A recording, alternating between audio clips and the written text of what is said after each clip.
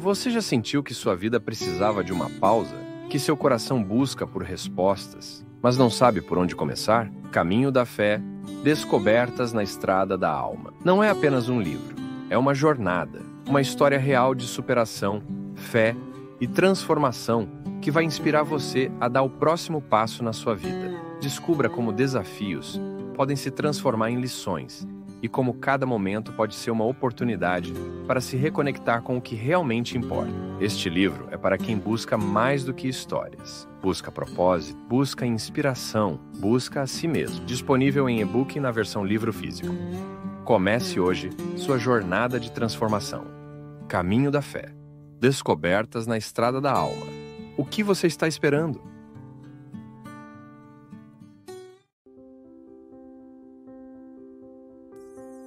Que a vida é rara, que ela precisa ser apreciada, ser saboreada, que essa vida merece ser vivida em cada momento, em cada etapa, com muita intensidade. E às vezes nós vamos ficando cansados, né? Nós vamos perdendo a capacidade de ter essa paciência. Pode observar, quando nós estamos estressados demais, a primeira coisa que a gente perde é a paciência. A gente tem dificuldade de lidar com o tempo, a gente tem dificuldade de lidar com as esperas, com as demoras, a gente quer tudo para ontem. A gente coloca a nossa alma num ritmo tão acelerado e que é tão contrário a ela.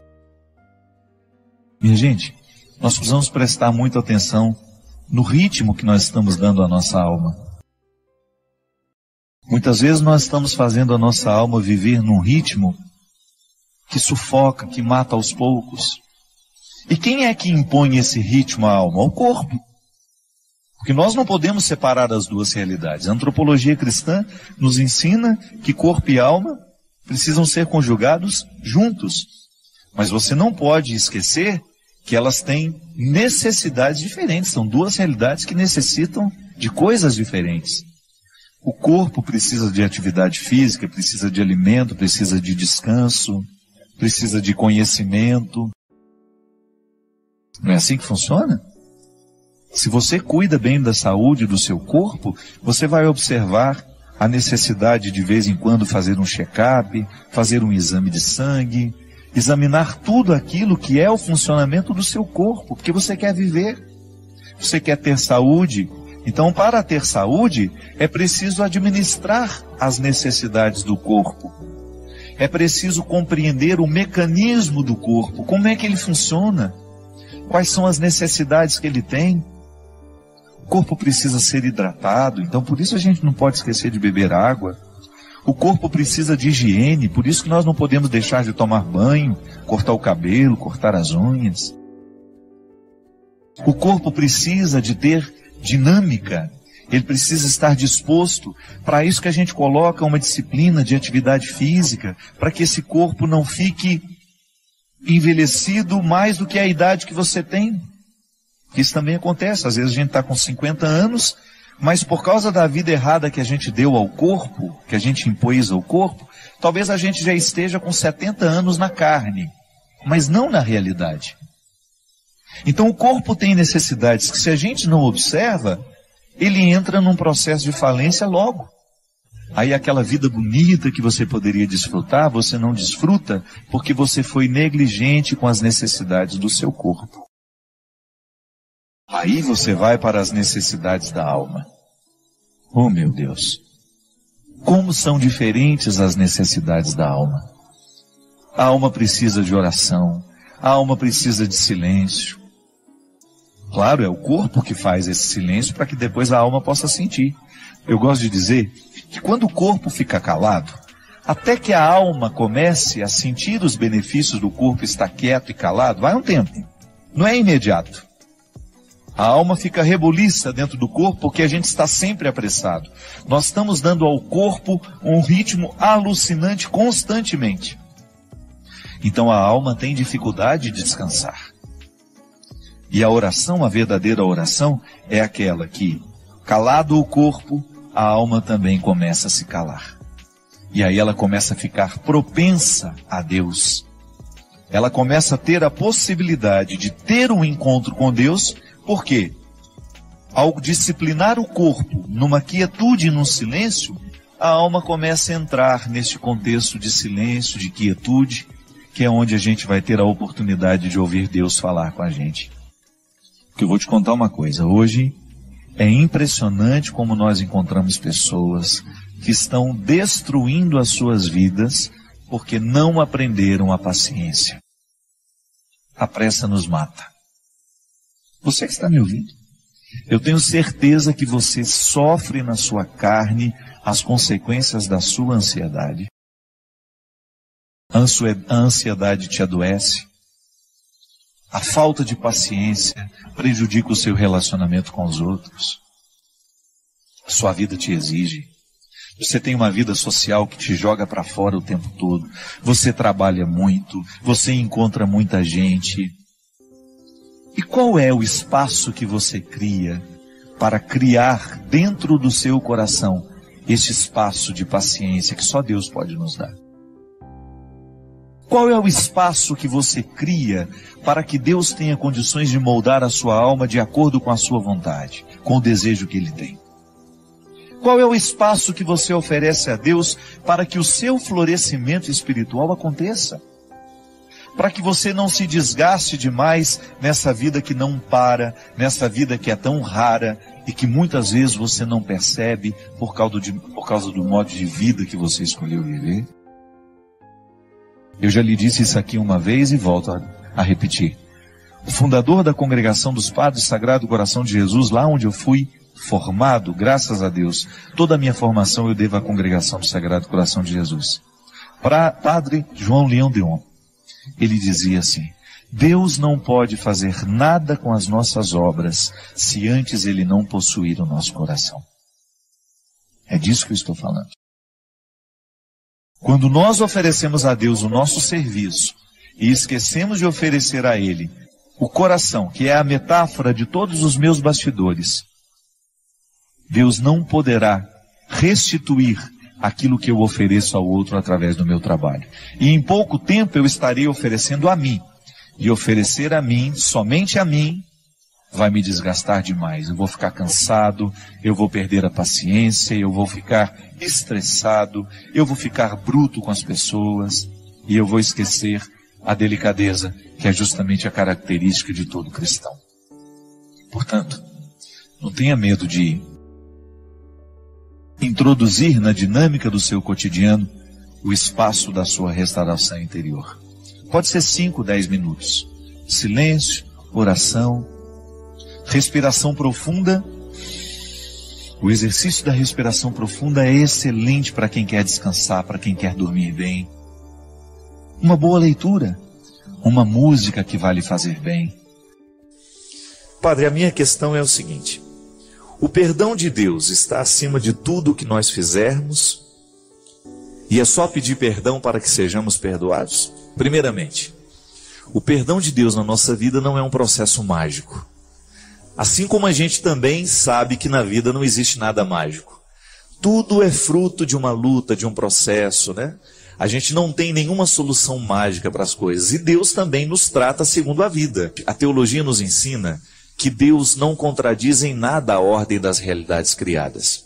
Deus não pode interferir na história de maneira a contrariar a realidade criada. Deus não contradiz a criação. E o processo da vida humana está totalmente inserido ao processo da realidade criada. Eu sou um ser humano que vivo as regras da condição humana. Você é um ser humano que vive as regras da condição humana. E aqui existe aquela lei básica. O que a gente planta, um dia a gente colhe. Quando nós falamos de erros humanos, nós falamos então deste contexto, nós estamos dentro deste contexto. Um erro é sempre uma realidade que tem o poder de nos incomodar. Se não incomoda hoje, mais cedo ou mais tarde vai incomodar. Os erros é como se fossem pedras cheias de arestas, né? Que não se acomodam muito fácil dentro de nós. Como é que nós podemos entender o perdão de Deus na nossa vida? Perdoa tudo? O perdão de Deus está acima de qualquer realidade humana? Está. Mas tudo em Deus se configura como realidade de 2 pilares. Aquilo que é o dom que nós recebemos de graça, mas aquilo que é tarefa, isto é, aquilo que é uma realidade que depende do nosso esforço. Então Deus nos perdoa sempre? Perdoa sempre. O amor de Deus por nós está acima de qualquer erro. O pior dos criminosos, o erro mais hediondo, o crime mais hediondo tem perdão para ele diante dos olhos de Deus? Claro. Deus é misericordioso e vai estender sempre o seu amor na direção da humanidade. Só que há um detalhe. Há uma realidade humana que também precisa ser perdoada. E muitas vezes a dimensão do amor e do perdão de Deus não consegue atingir a realidade humana, não é porque Deus não quer perdoar, é porque a realidade humana ainda está terrivelmente machucada pelo erro cometido. De maneira que nós só podemos entender e compreender o benefício do perdão de Deus quando nós trabalhamos também na realidade do perdão humano. Então não adianta nada a pessoa vir se confessar, contar os seus pecados, os seus erros, se não houver, depois da confissão, um processo de reintegração, isso é, de reharmonizar o que estava desarmonizado ali dentro. Então o dom de Deus, que é perdoar sempre, só vai ter eficácia na vida humana a partir do momento em que a certeza deste amor nos faz corrigir o que é humano. Por isso que o perdão é sempre um processo terapêutico de reconciliação, de cura, né? Muitas vezes nós encontramos pessoas que já confessaram os seus pecados, mas que ainda não confessaram a elas mesmas. Já receberam a absolvição de Deus, mas ainda não receberam a absolvição delas mesmas. É interessante, eu me recordo daquele filme Titanic, né? Quando, já nas cenas finais, quando aquela senhora velha está contando que os botes, os barquinhos, né, que foram embora, quando não voltaram para socorrer os que estavam ali, à deriva, no mar gelado, porque tinham medo, os botes que cabiam ali, 80 pessoas, estavam com no máximo 20. Eles não foram lá no meio do naufrágio buscar os que estavam necessitando ser resgatados, porque eles tinham medo que na tentativa de subir, aquele monte de gente morrendo afogada, que na tentativa de subir nos botes, aqueles botes naufragassem também. E aí acabasse morrendo todo mundo. E eu me recordo que tem uma cena bonita, porque ela dizia assim, a senhora dizia, na verdade o que houve depois foi a tentativa de se reconciliar com uma história. Porque aqueles que foram salvos do naufrágio viveram eternamente com aquela consciência infeliz. Nós deveríamos ter voltado para buscar os que estavam necessitando de ajuda. E aí ela usa uma expressão bonita e triste ao mesmo tempo. Depois disso, passaram pela vida inteira esperando por uma absolvição que nunca chegou. Veja bem, aqui você tem um fato, né, muito concreto para a gente entender o processo da absolvição humana.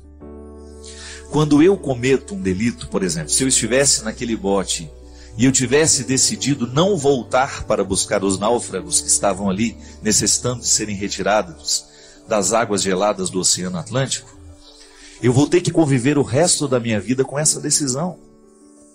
Isso é processo humano.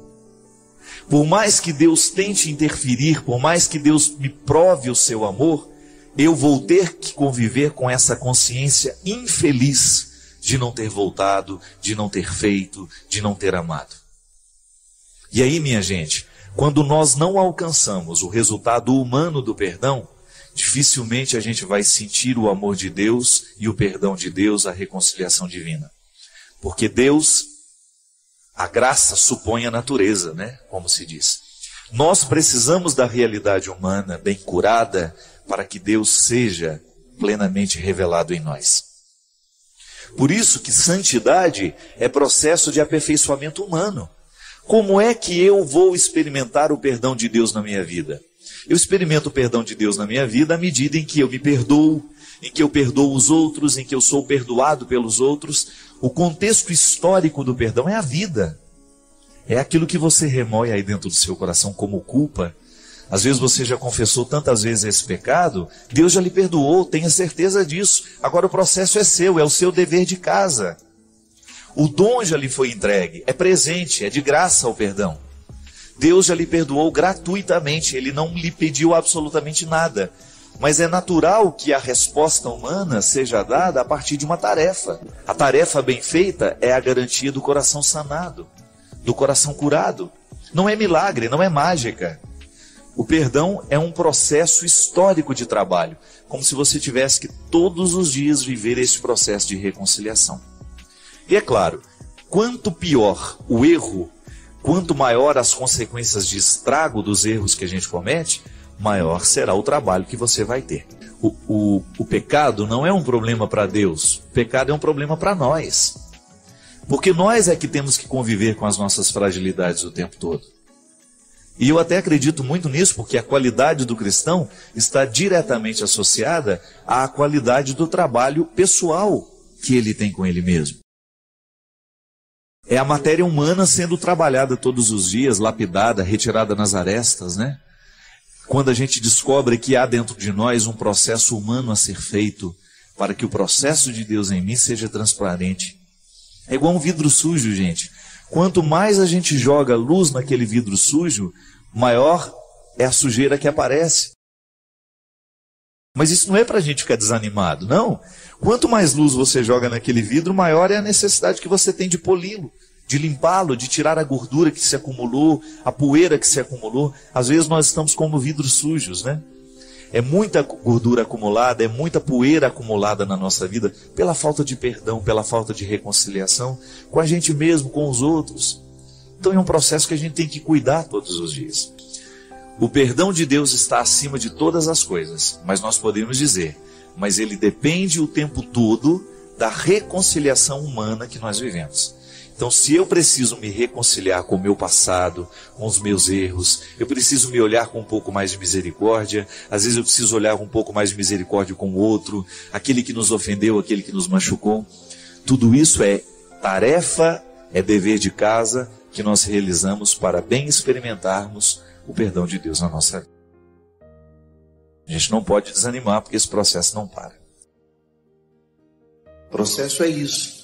É tudo aquilo que está alinhavado, que tem coerência, que tem argumentos, e que depois, quando você olha para ele, é um todo. Não é apenas um detalhe, não, é um todo. O processo, ele vai observar todas as fases daquilo que está sendo analisado. E na nossa vida, minha gente, se nós não tivermos a sabedoria necessária, nós vamos viver a vida sempre esquecendo de que ela é processual, querendo apenas o resultado das coisas. E não é assim. Se eu não me alegrar no processo, a felicidade não será possível para mim. Jung, que foi um grande seguidor de Freud, que depois criou uma forma muito única de ver a psique humana, ele dizia justamente que o ser humano ele fica vivo à medida em que ele é alimentado por um desejo. Se a gente não deseja, se a gente para de desejar, a gente aos poucos vai morrendo. Sim, porque para ele o desejo é um elan vital que nos mantém vivos. É aquele movimento interior que faz com que a gente tenha disposição de acordar todos os dias, de ir trabalhar, de ir viver, de fazer o que a gente precisa fazer, porque um desejo nos alimenta. Jung dizia que quando nós vivemos a satisfação do desejo, pode haver até uma certa frustração. Aí a gente vai descobrir que o melhor do desejo era construí-lo, e nem tanto a sua realização. É daí que nasce aquele ditado popular que o melhor da festa é esperar por ela. Sim, a experiência de você cultivar um desejo, e você pode chamar de outra coisa, pode falar de outra forma isso. Viktor Frankl chamava de sentido da vida.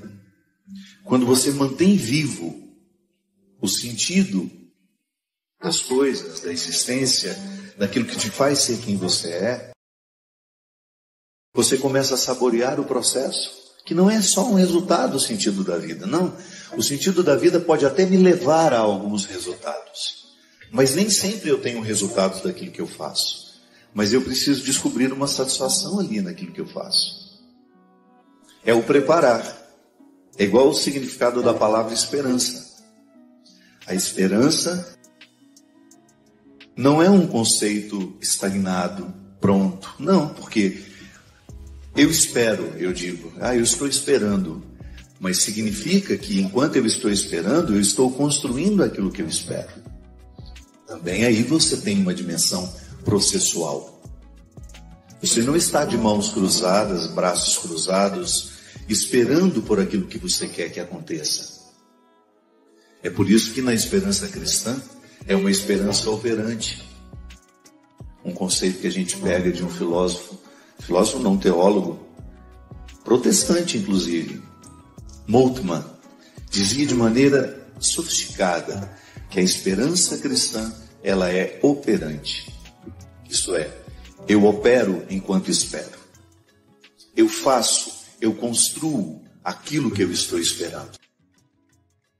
Essa é a esperança cristã em relação à eternidade. Às vezes muitas pessoas têm uma certa ansiedade, né, em relação à eternidade. E eu compreendo, nós que somos ocidentais, nós temos uma dificuldade muito grande de lidar com a eternidade, porque nós ocidentais somos muito racionais. Na semana passada eu falava da monja Regina, que é uma hinduísta.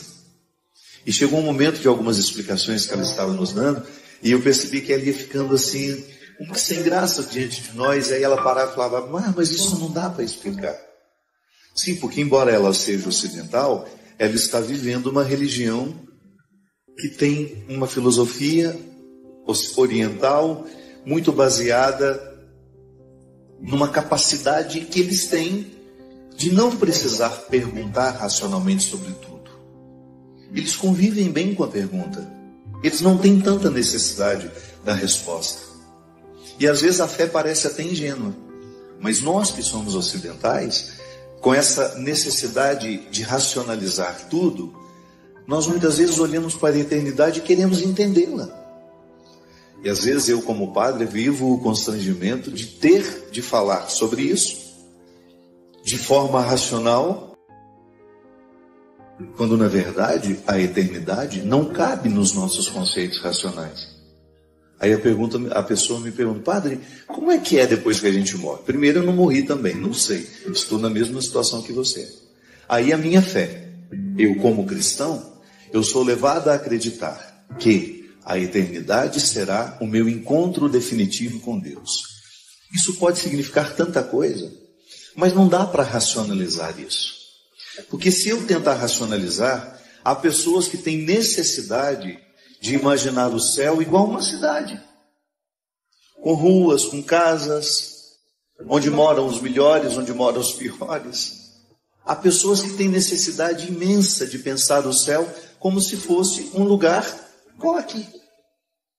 Sim, se eu estou falando de eternidade, naturalmente eu preciso esquecer o tempo e o espaço, que são categorias humanas, terrenas.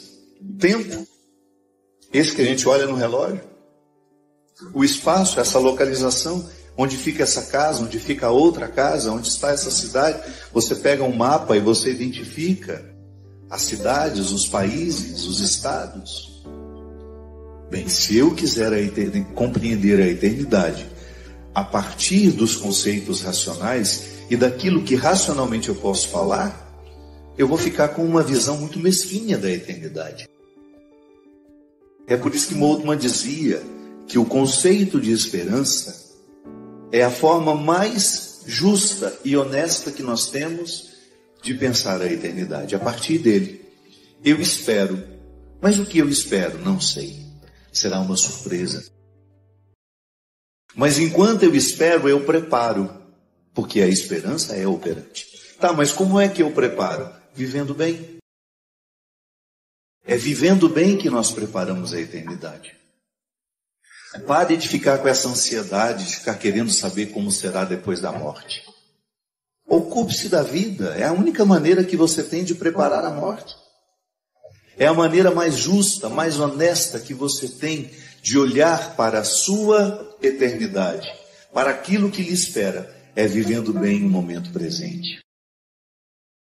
Por isso que nós não podemos compreender uma religião que nos faz ter desprezo pelo tempo e pelo espaço.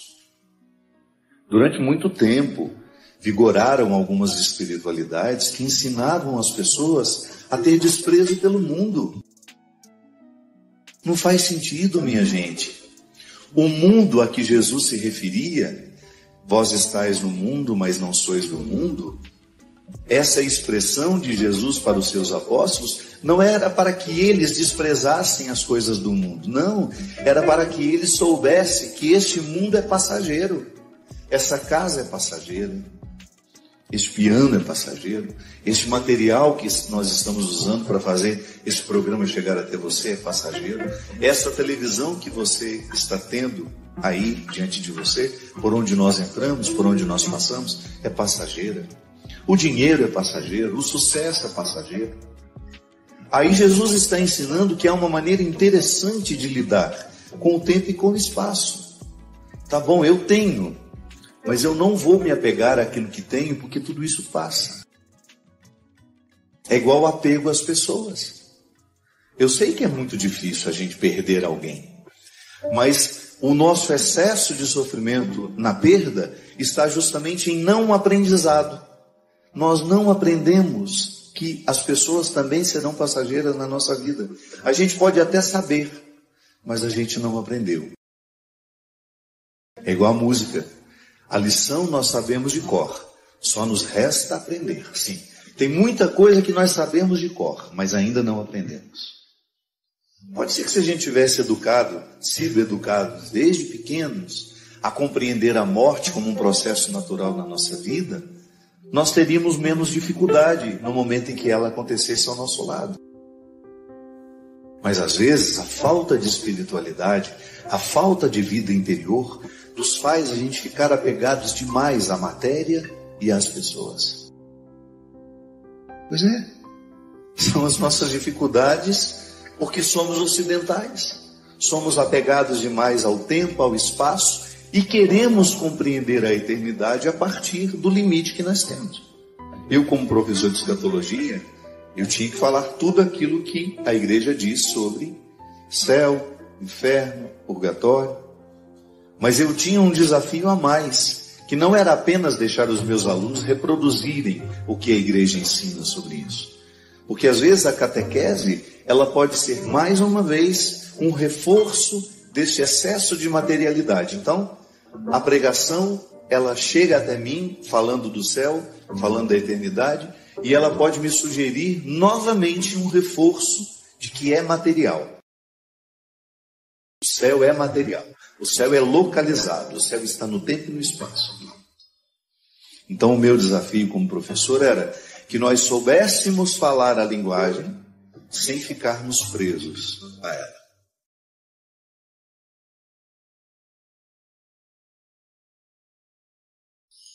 E hoje nós temos a oportunidade nesse programa falar da nossa vida. Eu gosto de dizer sempre, aqui nós não tratamos de teoria. A pauta principal é a vida de todos nós. É a minha vida misturada na sua confissão, no seu pedido de oração, no seu pedido de aconselhamento. São as nossas existências sendo misturadas nesta bonita arte do encontro. E eu agradeço você a confiar o seu coração a mim neste momento. Eu quero, com muita responsabilidade, conduzir este momento de encontro. Porque sei que a responsabilidade neste momento é fundamental para que Deus possa ter o seu espaço aqui em mim e em você. Minha gente, eu tenho acompanhado, acredito que você, desde ontem à noite eu fiquei acordado para ver o resgate daquele primeiro mineiro lá no Chile, que durante 69 dias passaram 33 homens soterrados naquela mina. E ontem, quando vi o primeiro homem sendo içado do seio da terra, senti uma emoção muito grande no meu coração. E acompanhei hoje, um pouco ainda, ontem antes de dormir, hoje o dia todo, sempre procurando saber se estava dando tudo certo. Porque para mim, aquele resgate, ele fala muito ao meu coração.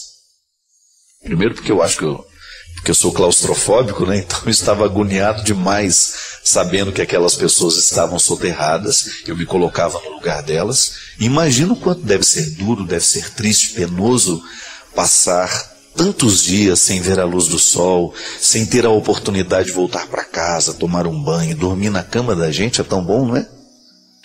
E comovido, misturado na história daquelas pessoas que eu nem tinha visto o rosto ainda direito, eu acompanhei hoje o resgate desses mineiros. E quando saí de casa, faltava ainda mais 5 ou 6, não sei.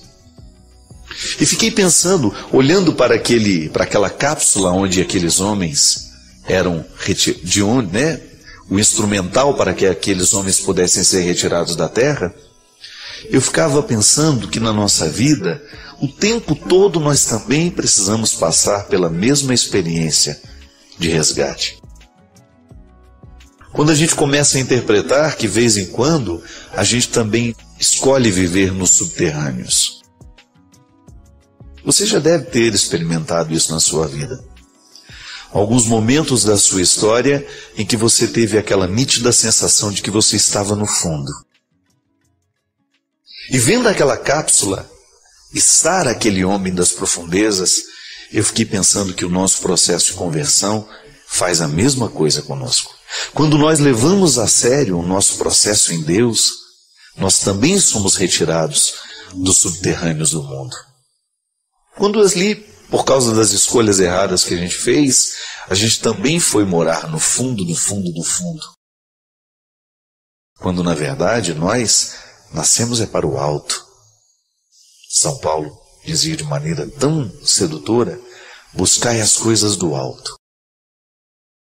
Não temos o direito de nos acostumar com o submundo, com aquilo que está por baixo. Não. Homens e mulheres que estão vivendo esse processo de construção em Deus, de conversão em Deus, são homens e mulheres vocacionados às alturas. Aí fiquei pedindo a Deus a graça de também ser içado o tempo todo, para que eu não me acostume aos subterrâneos.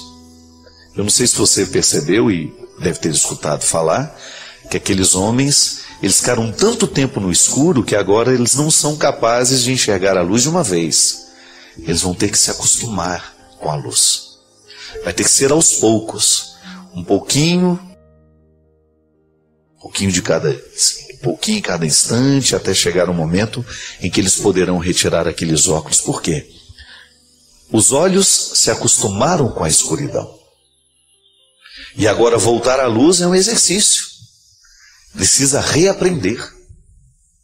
O mesmo acontece com a gente.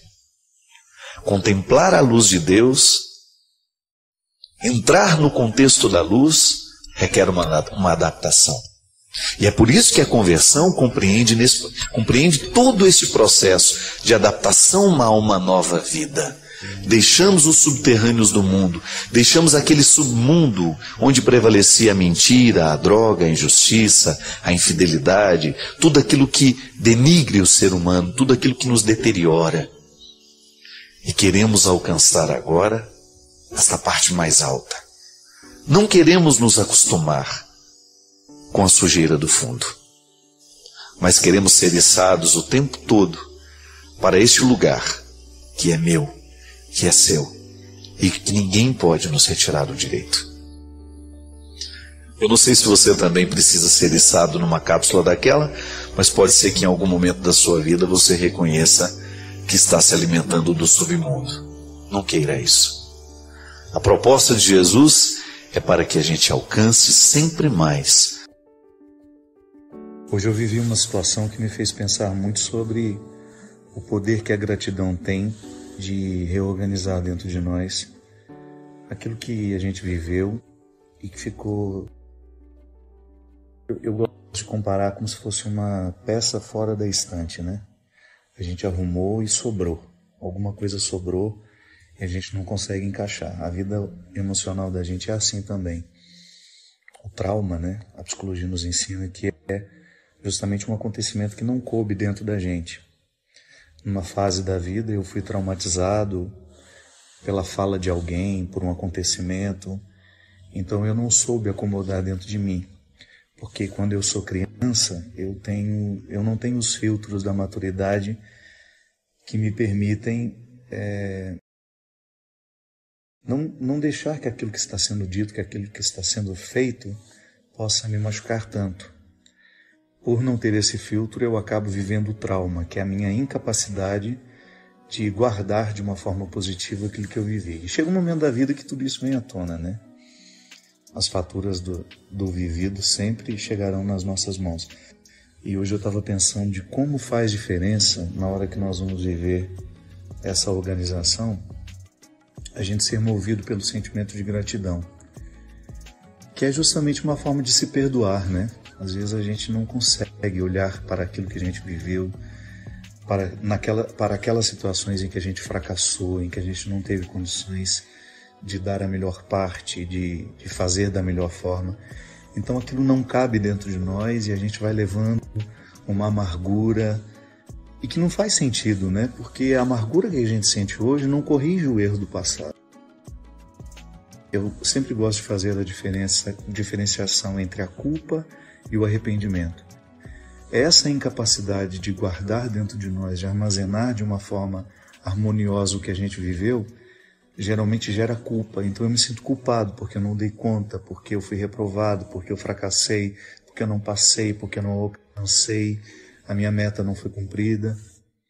Ou então posso me sentir arrependido de alguma coisa que eu olho, reconheço que não deu certo porque eu errei em alguns pontos, não calculei bem, não fiz as melhores escolhas. Então o arrependimento, ele me proporciona novas oportunidades. A partir dele eu posso corrigir o presente. Nunca a culpa nos faz voltar para o passado que a gente não modifica. O arrependimento nos faz prestar atenção no presente que agora está diante de mim e que pode receber a minha intervenção. Eu estava pensando de como, no momento em que eu sou grato, eu chego à conclusão de que a vida foi como poderia ter sido mesmo. Eu não tinha as forças para ser forte naquele momento, eu não tinha sabedoria para escolher melhor. Então, à medida que eu vou reconciliando isso dentro de mim, que eu vou derramando a água do perdão sobre isso, né? Existe uma expressão bonita na mística que são as abluções, que são os mergulhos que nós fazemos das nossas realidades na graça de Deus, na crença, a crença que você tiver nesse sagrado que lhe habita. A gente vai ficando cada vez mais leve. Então eu olho para o que eu vivi e sou grato. Sou grato por tudo. Eu fico pensando, minha gente, se eu tivesse sido privado de todas as situações que me fizeram sofrer, certamente eu não teria alcançado nem 20% do que eu já alcancei de mim. Claro que eu estou longe de ser, de estar na minha melhor versão. Mas aquilo que eu já alcancei de mim hoje me permite ser um homem feliz. E tudo isso é porque, de alguma forma, eu agradeci. Tive uma vida muito difícil, tenho até hoje, mas não reclamo não. Eu sou grato pela vida, por tudo aquilo que eu já consegui viver, por tudo aquilo que eu tenho hoje. Essa gratidão com a vida eu aprendo muito com a minha mãe, que sempre teve uma vida muito, mas muito difícil. Aliás, a história dela me inspira muito. E eu nunca vi, assim, na minha mãe um traço de rancor, de mágoa. E todo mundo que conhece minha mãe sabe, né? Ela tem um humor delicado, ela é engraçada, ela não precisa contar piada para fazer a gente rir. Muitas pessoas até num primeiro momento se aproximam dela porque é minha mãe, né? Mas depois que descobrem o ser humano que ela é, eu só fico pequenininho perto dela. Ela tem uma gratidão natural. Eu sinto que minha mãe colocou tudo o que estava desarrumado dentro dela na estante das emoções. Ficou tudo muito bem guardado. E hoje, quando olho para ela, eu tenho a oportunidade de ver um ser humano de bem com a vida mesmo. Me ocorre muito uma frase da tia Judite, que é a tia do Marcos Montenegro, que perdeu um filho, assim como minha mãe perdeu também. Ela contou toda a história, que é muito triste. E depois ela sempre finalizava assim, mas está tudo certo. É isso mesmo, acho que quando a gente vive essa reconciliação diária com aquilo que nos aconteceu, a gente não vai dormir com os ressentimentos. E aí isso nos livra de nos sentirmos vítimas, coitadinhos de nós, olha como eu sofro. Porque na verdade esse é o grande, é o fato que nos paralisa, né? Quando a gente começa a se interpretar com vitimismo. Acho que fica muito mais leve a gente olhar para a vida, por mais difícil que ela seja, e ela é difícil para todos nós. Aí a gente olhar bem nos olhos dela e dizer, dona Vida, a senhora não me deve nada, está tudo certo. Vamos continuar porque está tudo certo. Uma pessoa que me escreveu aqui, ela disse assim, padre, eu moro fora do Brasil há 5 anos, dizia, eu preciso muito da sua ajuda. Por mais que eu tente, eu não tenho conseguido perdoar. Eu sou fruto de um relacionamento da minha mãe com um homem casado, e ele decidiu viver a vida dele com a família dele. E minha mãe refez a sua vida com uma outra pessoa. Eu nunca aceitei o envolvimento da minha mãe com essa pessoa. E talvez por medo de perder a atenção dela, só que isso não aconteceu. E desde cedo, desde muito criança, eu sofro muito com isso. Minha mãe teve outra filha, percebi que começaram a me menosprezar por não ser um fruto do relacionamento deles. E meu padrasto, que não gostava que minha mãe fizesse muita coisa para mim, tornou-se uma pessoa muito difícil. Eu não podia estudar em história particular, diferente da minha irmã que podia. Eu passei em 2 faculdades públicas, fiz as 2 porque eu não queria perder. E mesmo assim, só sofri cobranças de minha mãe e de minha irmã, e minha irmã sem nenhuma cobrança. Sempre a vida dela facilitada e a minha vida sempre mais difícil. Hoje, padre, eu estou fora de casa por decisão própria e fico nutrindo dentro de mim um sentimento muito ruim pela minha irmã. Um sentimento de ódio mesmo. E quando me pergunto se quero ter filhos, eu digo que não. Eu tenho medo de fazer o mesmo com eles. Padre, eu preciso da sua ajuda para conseguir superar tudo isso. Minha filha, toda vez que nós temos uma história difícil, você tem razão. É muito comum que uma pessoa reproduza no outro a vida difícil que teve. É por isso que a gente precisa se curar do que viveu, do que experimentou. Porque senão nós nos tornamos continuadores, né? Daquilo que tanto foi penoso para nós. Toda vez que eu não sou capaz de assimilar uma dificuldade vivida, eu posso fazer repercutir nos outros a dificuldade que eu não soube assimilar. A gente perde muito tempo em não perdoar, porque o perdão é justamente a oportunidade que a gente tem de viver uma reconciliação que tem várias dimensões. Um dos aspectos dessa reconciliação é eu me reconectar comigo. Porque você sabe qual que é o grande estrago? O outro quebra dentro de mim uma harmonia. Pode ser que você esteja pensando que a sua falta de harmonia seja com a sua irmã. Não. É muito mais profundo.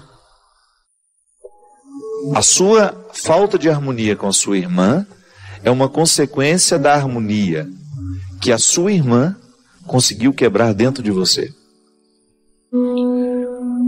Claro, pode ser que a sua irmã nem fosse consciente disso. Mas quando o seu padrasto e sua mãe privilegiavam a sua irmã, ela naturalmente retirava dentro de você a sua autoestima, o seu respeito por você. Então é isso que primeiramente precisa ser arrumado. Não adianta você viver um movimento que te leve para fora, para ir ao encontro dessa irmã, se esse movimento não foi feito ainda dentro de você. É uma reconciliação pessoal. Você perdoar a vida, sabe? Perdoar-se por não ter sido capaz de enfrentar, blindar-se de todas essas maldades que fizeram com você. É reconciliar-se, sair da condição de vítima, né? Porque também ninguém ganha nada sentindo-se o coitadinho, o pobrezinho da história, o que foi maltratado, o que foi isso, o que foi aquilo. Nunca vi uma pessoa se tornar grandiosa, vencedora, alimentando o espírito de vítima. Esse primeiro movimento que você faz é de correção daquilo que você permitiu ser quebrado. Uma coisa é alguém entrar na minha casa e jogar uma peça preciosa no chão.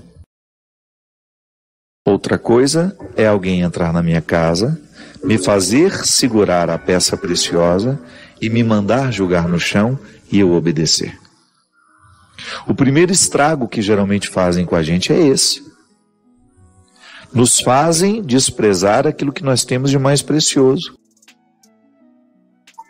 Isso é terrível. O desprezo do outro por mim, a arrogância do outro comigo, ou a injustiça do outro para comigo, faz com que eu viva justamente uma quebra interior. E depois, eu acabo achando que a minha dificuldade é com o outro. Não, a primeira dificuldade que eu tenho é comigo mesmo. Eu preciso corrigir isso aqui. O estrago que eu fiz em mim, porque eu acreditei no desprezo do outro. Aí você pode dizer, pai, mas como é que a gente evita isso? É difícil quando você está falando de uma criança que não tem os filtros que um adulto tem, por exemplo. Um adulto tem filtros que a criança não tem.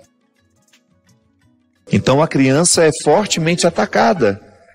E ela não tem muita imunidade para receber os ataques. Então ela registra tudo.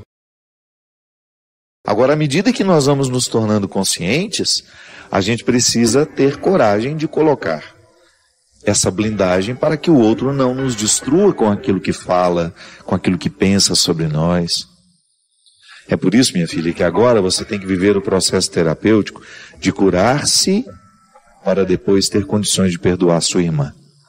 Não insista em perdoar sua irmã se antes você não perdoar-se.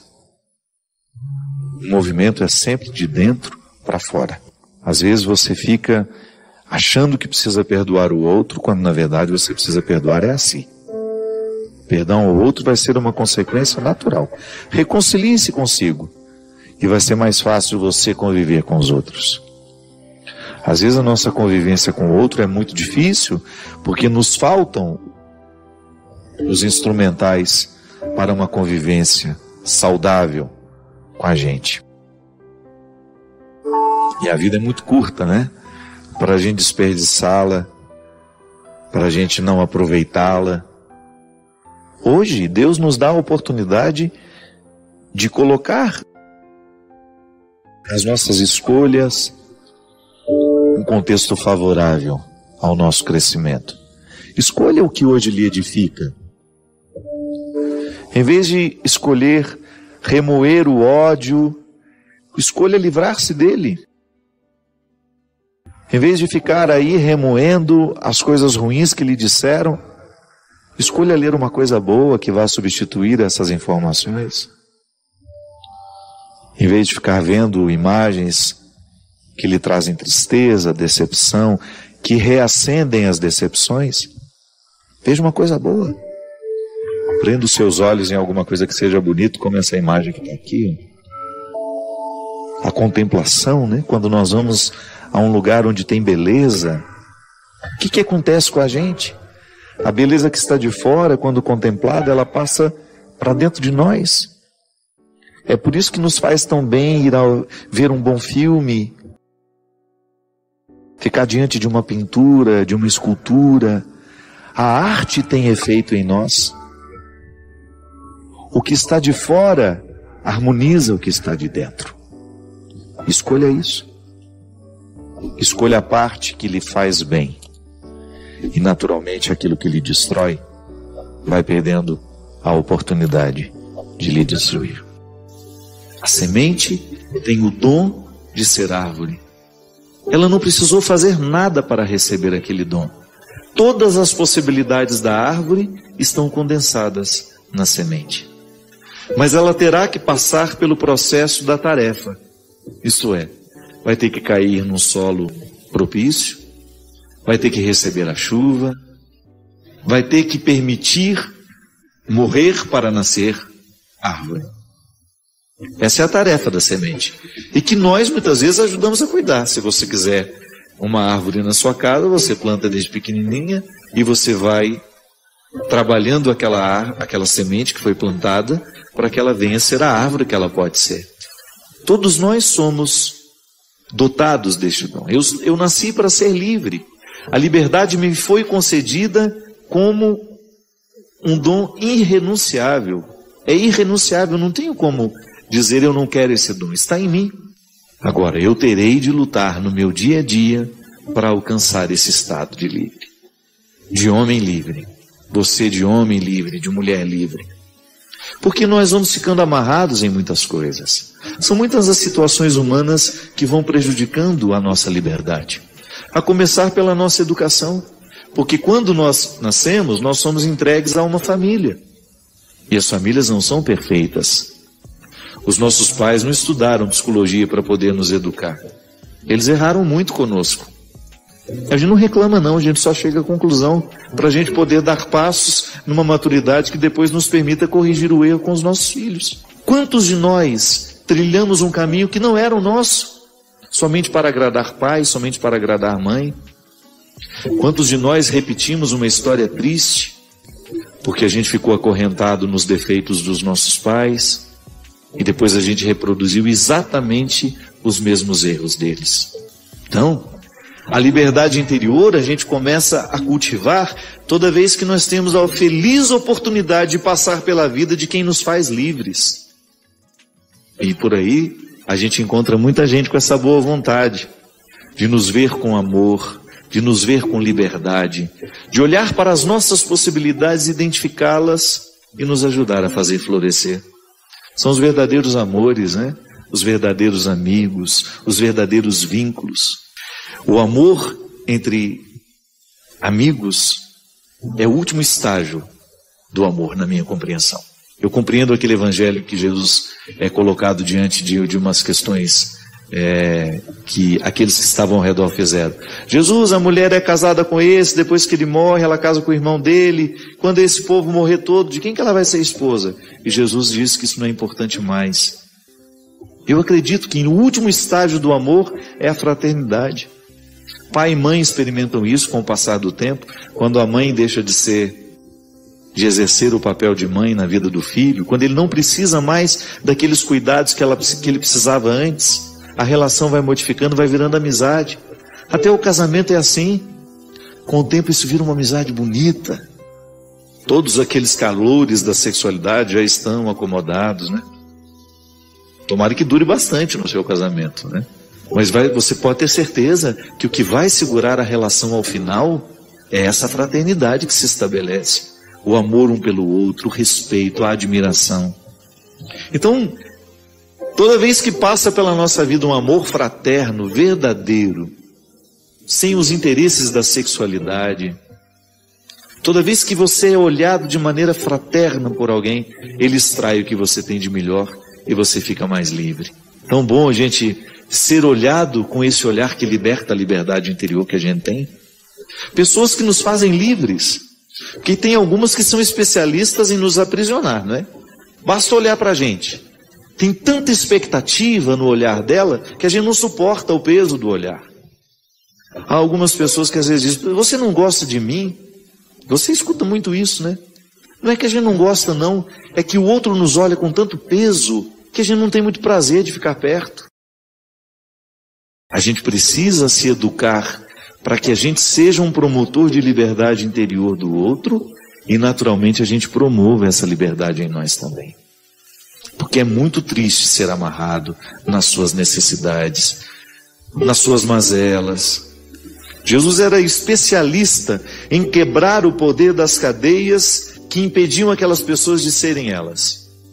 Quanto mais livre você for, maior será a sua capacidade de amar, maior será a sua capacidade de ser mãe, sem ser vítima dos seus interesses, de você olhar o seu filho como alguém totalmente diferente de você. Porque às vezes, porque não somos livres, nós queremos que os nossos filhos sejam exatamente aquilo que a gente gostaria que eles fossem. Isso não é amor não, isso é projeção. Minha gente, nós não podemos perder tempo em ficar amarrados.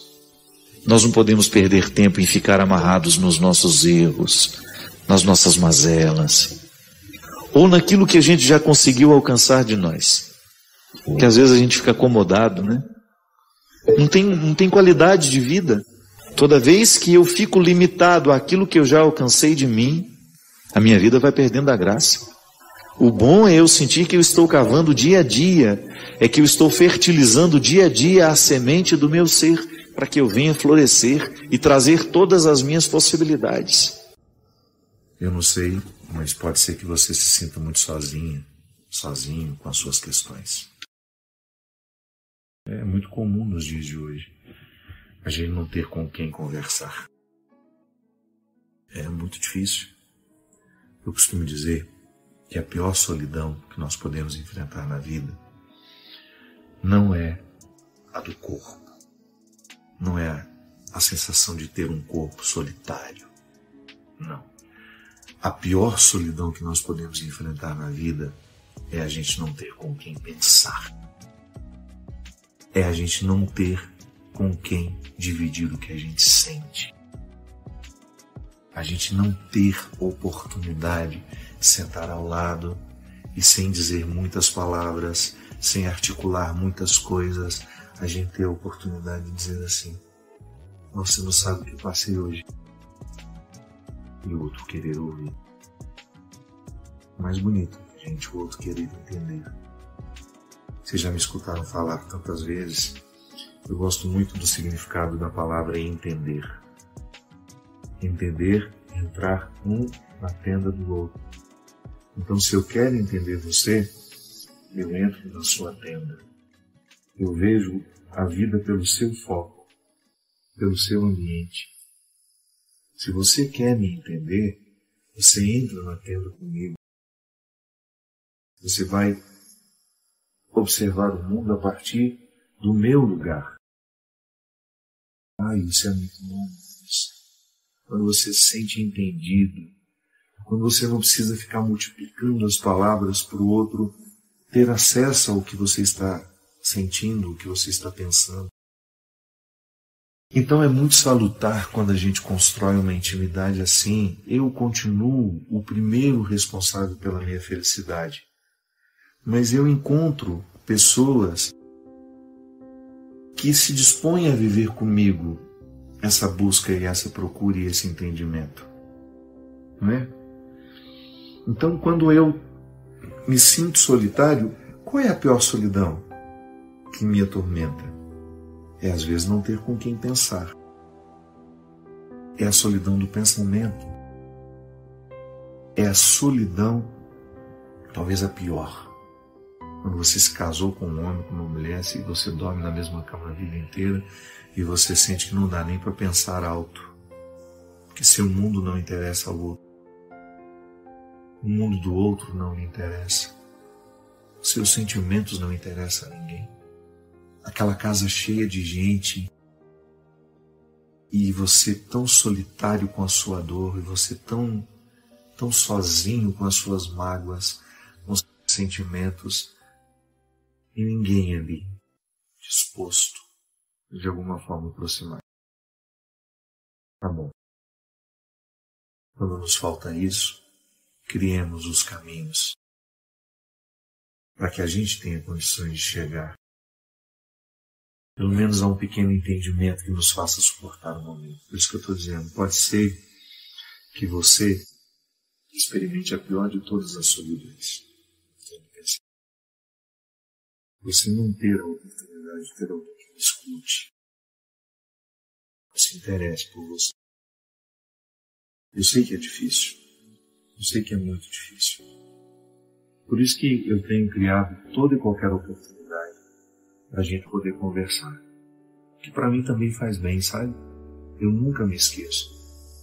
Então, estar aqui com vocês, de alguma forma conversar, participar nesse espaço que vocês me permitem, é um prazer inenarrável. Porque eu também fico abastecido quando converso com vocês.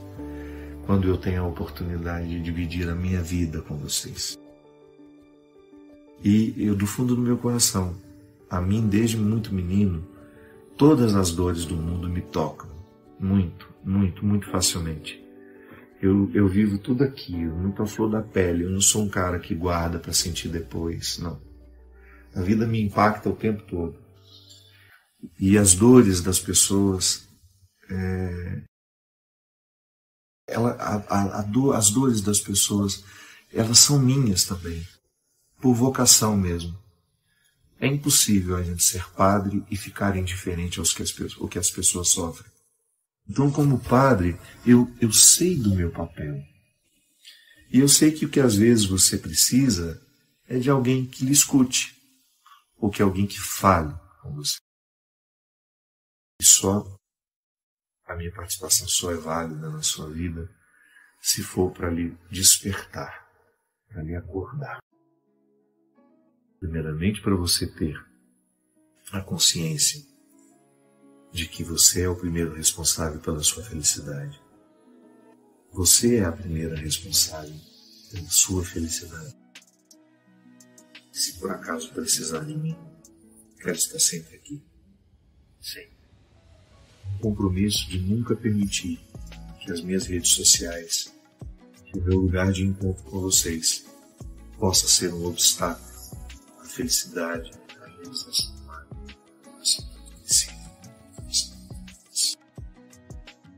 A gente deu exemplo, algumas pessoas buscam escape na droga, na violência, na prostituição socializada, buscam escape no álcool.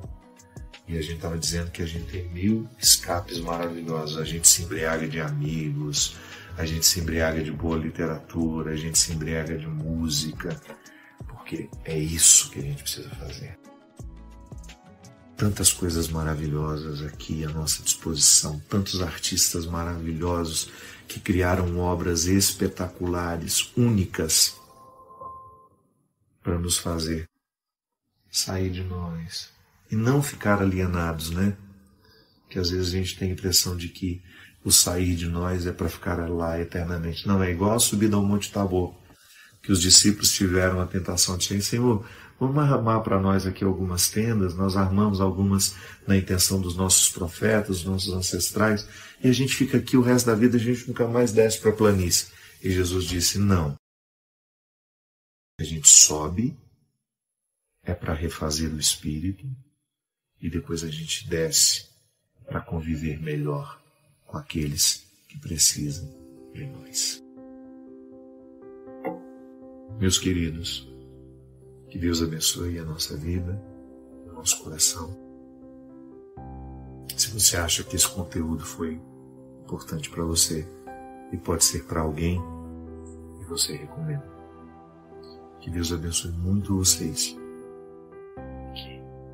Nunca lhes falte esse primeiro movimento que lhe faz ser o primeiro responsável pela sua felicidade, mas também que nunca lhe falte uma bonita oportunidade de você partilhar isso e receber e de oferecer também caminhos para que os outros sejam felizes também da mesma forma que você deseja. Sobre a sua vida, sobre o seu coração.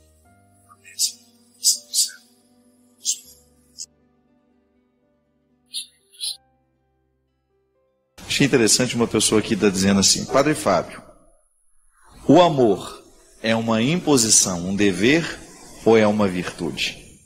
O que você acha, Cristian? Perguntinha boa, né? O amor é um dever, uma imposição ou é uma virtude? O que essa cara está querendo dizer? Justamente, né? Se fosse fácil, Cristian está dizendo, não seria um mandamento. É interessante que o amor, ele condensa as duas possibilidades. Feliz daquele que conseguiu amar, porque houve a empatia natural, né? O que é o amor? É o processo do querer bem. A gente fala tanto de amor que a gente corre o risco de deixar de compreender o verdadeiro significado do amor. Amar é querer bem. Quando você diz ao outro, eu te amo, tanto é que eu, quando era criança, Eu só achava que podia dizer eu te amo o homem para a mulher. Não é assim? A gente não tinha isso no passado? Era uma expressão típica de quem estava apaixonado. De um amor que erótico, poderia dizer, né? Ou apaixonado. Eu me lembro que a primeira vez que a gente começou a ouvir isso, pai dizer para o filho, o amigo dizer para o outro, Nossa Senhora, a gente tinha medo dessa expressão. Dizer eu te amo, quando eu tenho a coragem de dizer isso, significa que eu lhe quero bem. Querer o bem pode ser um dom, mas é também uma imposição. A partir do momento que eu vivo a dinâmica do cristianismo dentro de mim, eu tenho, por obrigação, querer bem a todos. Gente, aí vem uma distinção muito sutil, que pode ser perigosa, se a gente não compreende bem. Querer bem é você estar sempre favorável à felicidade do outro. Eu não vou fazer absolutamente nada para prejudicar a sua felicidade. Eu não vou fazer absolutamente nada para atrapalhar a sua vida, e eu estarei sempre comprometido com o seu bem. Eu não serei violento com você, não é? Todas as formas de violência. Eu não serei agressivo com você com as minhas palavras, eu não serei deseducado. Lisura, essa é uma palavra que a gente precisa retomar. Nós somos muito deseducados com o outro. Às vezes, nós nos sentimos no direito de dizer ao outro tudo, quando na verdade eu não tenho o direito de dizer tudo ao outro se eu não tenho intimidade com ele.